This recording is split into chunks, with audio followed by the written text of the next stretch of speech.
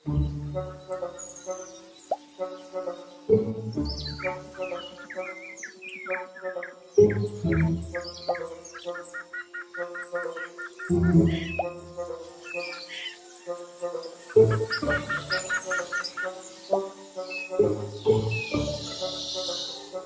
Sobat X Science, jumpa lagi dalam program kesayangan kita semua, X Science, Eksplorasi Science. Nah, hari ini teman-teman kita mendapatkan tugas dari sekolah untuk membuat prakarya rantai makanan. Tugasnya adalah menempatkan pilihan hewan-hewan ke dalam kotak-kotak agar menjadi susunan rantai makanan yang tepat.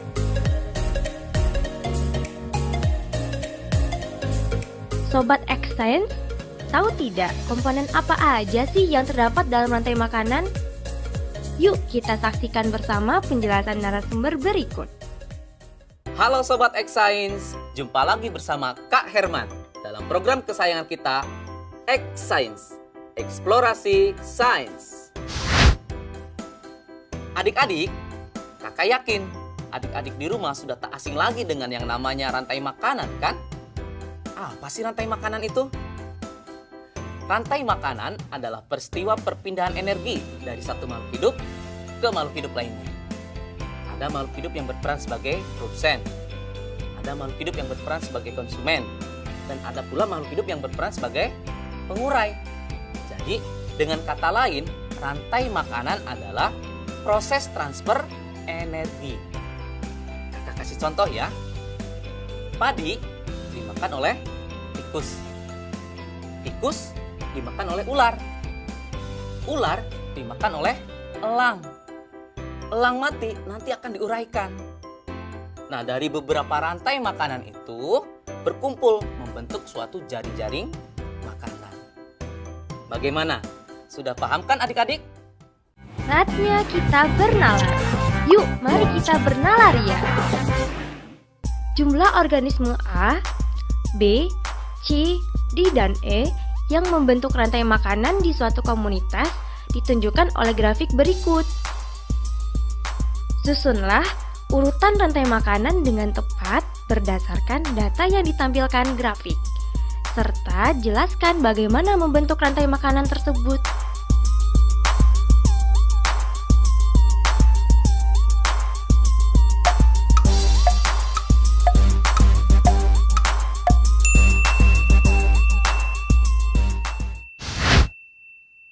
Sobat X Science, bagaimana?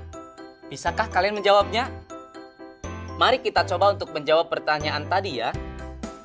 Dalam keadaan seimbang, jumlah produsen tentunya harus paling banyak dibandingkan dengan yang lainnya. Kemudian diikuti oleh konsumen tingkat 1, konsumen tingkat 2, konsumen tingkat 3, dan seterusnya. Sehingga untuk menjawab pertanyaan tadi, urutan yang tepat untuk membentuk suatu rantai makanan adalah B, A, D, E, kemudian C.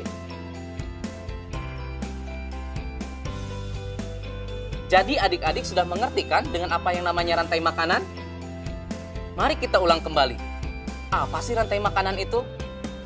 Rantai makanan adalah peristiwa transfer energi dari satu makhluk hidup ke makhluk hidup lainnya dengan urutan tertentu. Dalam rantai makanan, ada makhluk hidup yang berperan sebagai produsen, ada pula yang berperan sebagai konsumen, dan ada yang berperan sebagai pengurai. Dengan demikian, rantai makanan sangat berpengaruh terhadap tatanan susunan makhluk hidup dalam suatu ekosistem.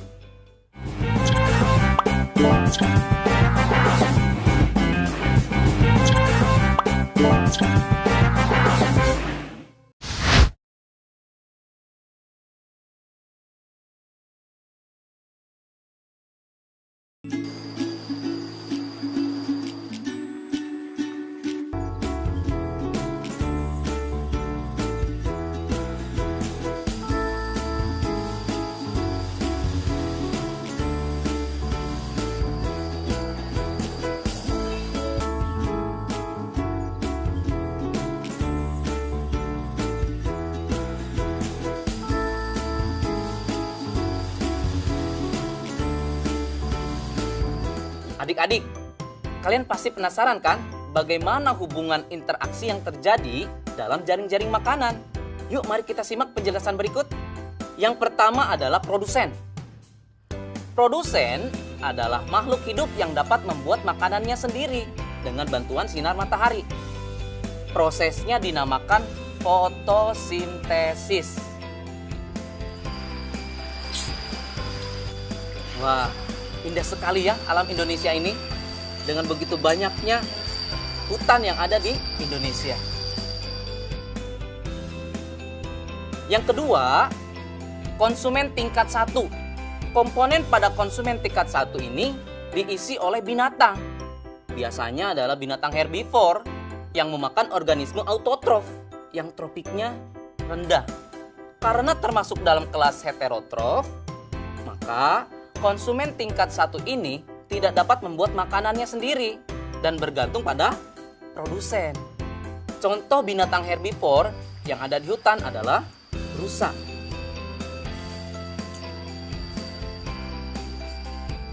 Yang ketiga, konsumen tingkat 2 atau tingkat berikutnya, yaitu adalah organisme yang menduduki tingkat tropik ketiga, disebut sebagai konsumen sekunder. Diduduki oleh hewan pemakan daging atau karnivora. Contoh dari organisme ini adalah serigala, harimau, ular, elang, dan masih banyak lagi. Posisi dari konsumen tingkat 2, tingkat 3, dan tingkat seterusnya bukanlah akhir dari jaring-jaring makanan. Sebab ketika nanti mati, tubuhnya akan diuraikan menjadi mikroorganisme yang akhirnya akan diserap oleh tanah. Yang terakhir, yaitu pengurai. Organisme ini bertugas menguraikan tubuh hewan yang sudah mati menjadi zat yang dibutuhkan oleh tanah. Fungsi dari komponen ini sangat berharga bagi kesuburan tanah. Proses rantai makanan akan berulang, di mana unsur yang telah diuraikan tersebut akan dimanfaatkan oleh tumbuhan untuk membuat makanan melalui proses fotosintesis. Contoh dari pengurai adalah jamur, bakteri, dan hewan kecil seperti cacing tanah atau belatung juga termasuk ke dalam pengurai. Saatnya kita bernalar. Yuk, mari kita bernalaria. Saatnya Sobat Exchange menjawab pertanyaan nalaria berikut. Fatir sedang mengerjakan soal pekerjaan rumah tentang rantai makanan dan jaring-jaring makanan. Berikut ini adalah bagan jaring-jaring makanan yang ditampilkan salah satu soalnya. Pada jaring-jaring makanan tersebut, berapakah jumlah organisme omnivora?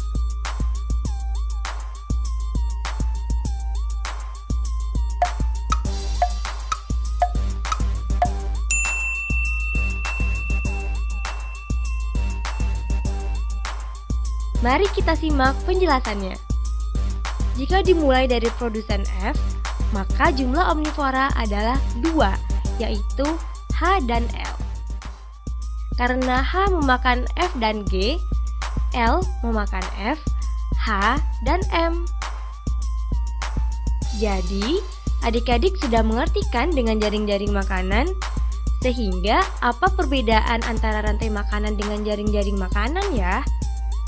Perbedaannya adalah rantai makanan merupakan bagian dari jaring-jaring makanan, sehingga jaring-jaring makanan akan menimbulkan banyak sekali rantai makanan yang terhubung satu sama lain. Jika skemanya digambar, jaring-jaring makanan akan berbentuk seperti jaring laba-laba.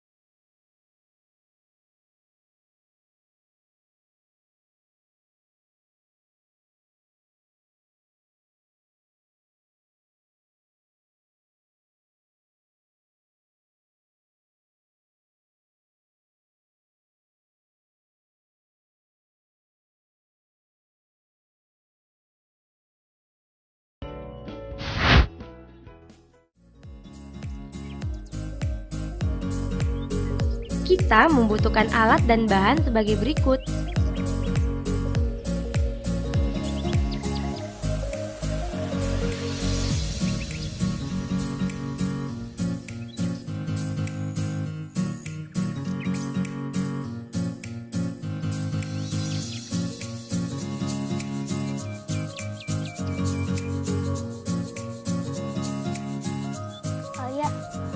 Ayo kita buat miniatur ekosistem hutan. Ayo, kita ngapain dulu nih? Pertama, kita warnain sungainya dulu. Pertama, tentukan ekosistem yang ingin kita buat. Kemudian, susunlah sekreatif mungkin.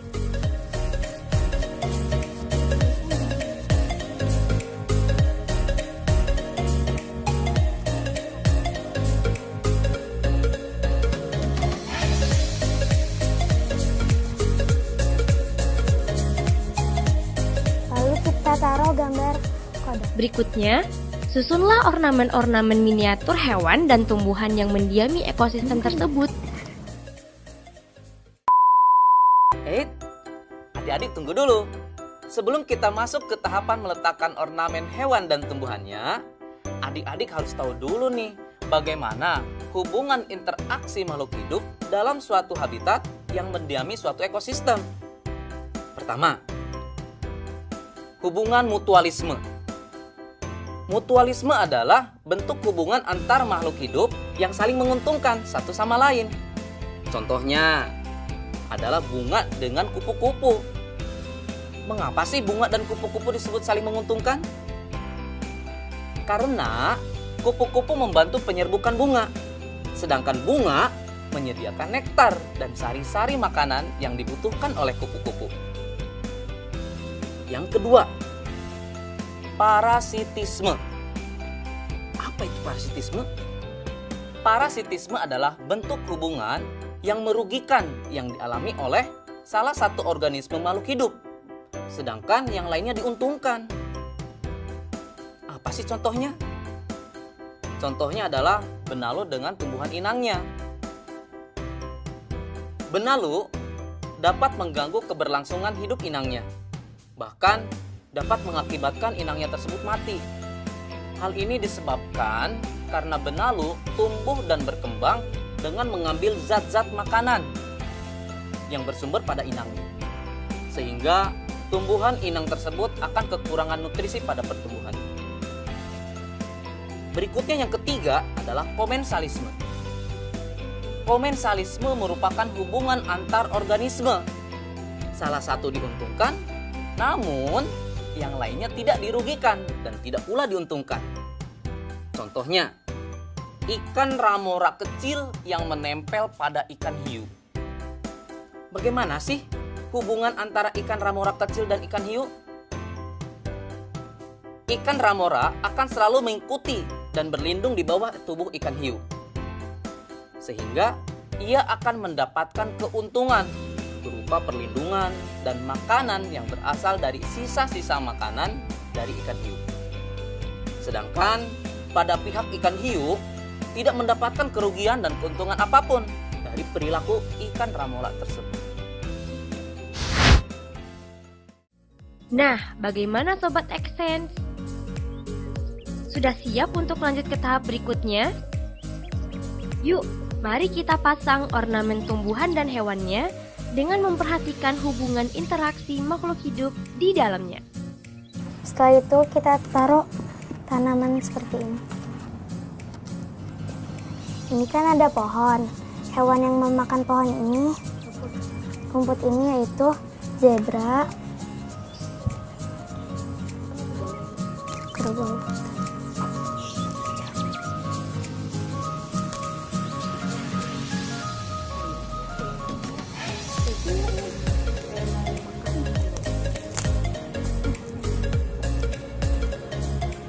Setelah itu kita taruh background hutan.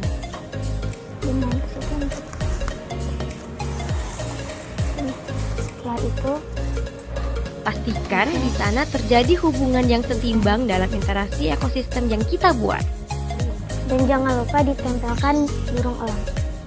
Nah, di sini terlihat yang memakan rumput adalah zebra, kerbau hutan, dan kijang.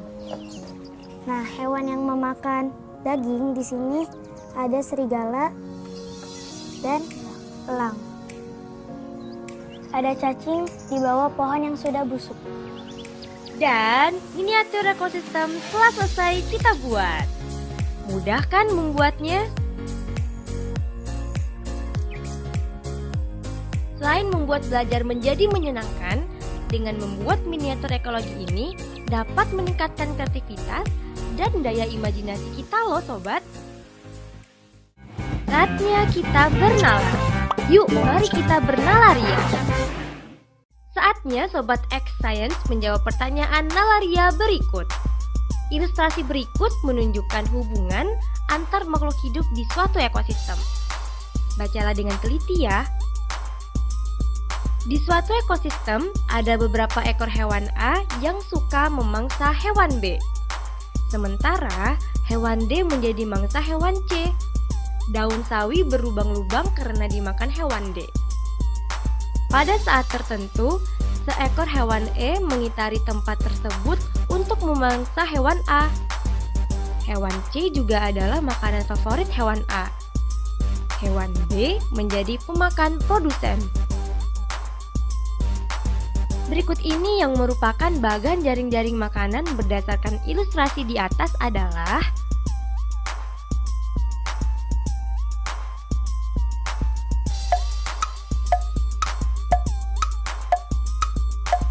apakah sudah ada yang bisa menjawab? Jawaban yang tepat adalah jawaban C. Karena soal ini perlu bernalar, maka kita harus mencari dahulu nih produsennya. Produsen di soal ini adalah daun sawi. Daun sawi dimakan oleh B dan D, sedangkan D dimakan oleh C. Kemudian pada soal dituliskan C dan B dimakan oleh A. Namun A bukan konsumen tingkat akhir karena A dimakan oleh E. Dari penjelasan tersebut, kita dapat mencocokkan jawaban dengan pilihan yang sesuai, yaitu pilihan C. Dan dapat disimpulkan terbentuklah jaring-jaring makanan dengan dua rantai makanan pada ekosistem tersebut. Gimana, mudah bukan belajar sains? Sampai jumpa pada eksplorasi sains berikutnya.